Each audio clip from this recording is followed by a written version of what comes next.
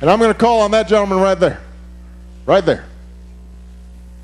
My name is Randy Rath. Hold on, Randy. There you go. Okay. My name is Randy Rathy. I'm from Ekalaka, Montana. And as you can see, I'm a proud NRA member.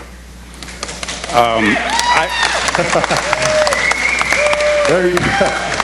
I believe in our Constitution. Yeah. And it's a very important thing. I also get my news from the cable networks because I don't like the spin that comes from them other places. Oh, you gotta be careful about them cable networks, though. That's okay. Go ahead. Go ahead with your question. Max Baucus, our senator, has been locked up in a dark room there for months now, trying to come up with some money to pay for these programs. Right.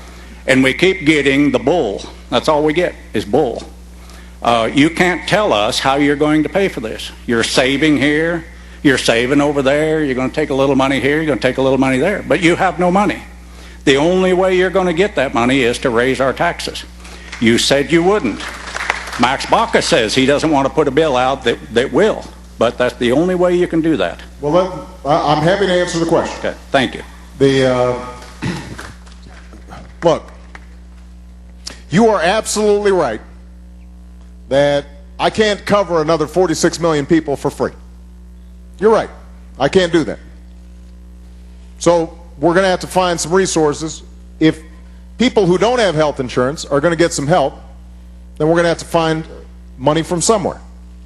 Now, what I've identified, and most of the committees have identified and agreed to, including Max Baucus's committee, is that overall this bill will cost, let's say it costs $800 to $900 billion. That's a lot of money. That's a lot of money. That's over 10 years, though. All right? So that's about $80 to $90 billion a year. About two-thirds of it, can be obtained by doing some of the things I already mentioned, like eliminating subsidies to insurance companies. So you're right, that's real money. I just think I would rather be giving that money to the young lady here who doesn't have health insurance and giving her some help than giving it to insurance companies that are making record profits. Now, you may disagree. I just think that's a good way to spend our money. But your point's well taken, because even after we eliminate some of the waste and we've gotten those savings from within the healthcare system, that's only two-thirds. That still means we've got to come up with one-third. And that's about $30 billion a year that we've got to come up with. Now, keep in mind the numbers change partly because there are 5 different bills right now. This is all going to get merged in September.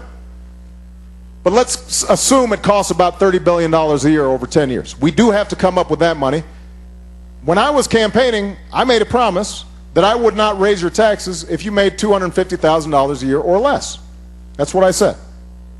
But I said that for people like myself who make more than that, there's nothing wrong with me paying a little bit more in order to help people who got a little bit less. That was my commitment.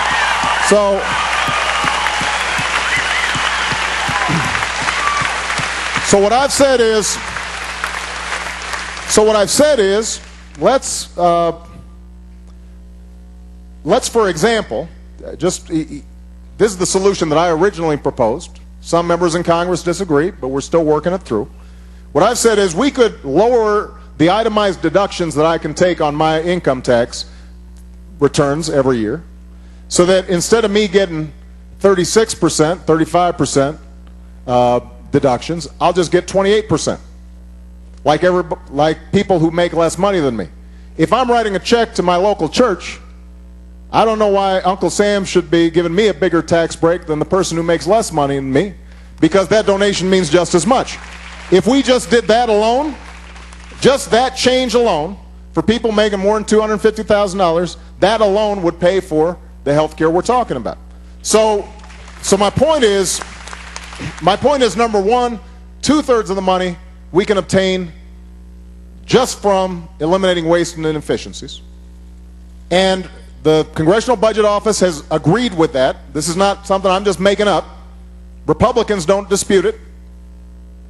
And then the other third, we would have to find additional revenue, but it wouldn't come on the backs of the middle class. Now, let me just make one final point.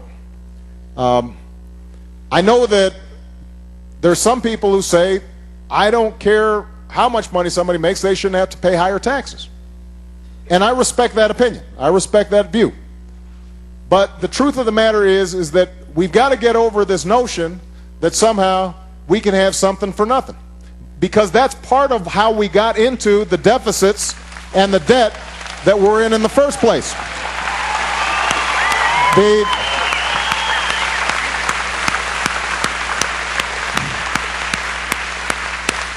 When the previous administration passed the prescription drug bill, that was something that a lot of seniors needed, right? They needed prescription drug help. The price tag on that was hundreds of billions of dollars. You know how we paid for it? We didn't. It just got added on to the deficit and the debt.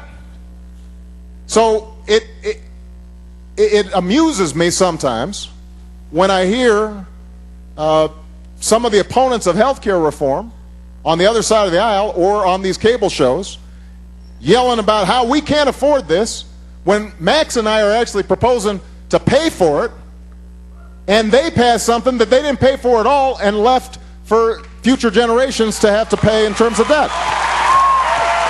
That doesn't make sense to me. All right. Can I say this, though?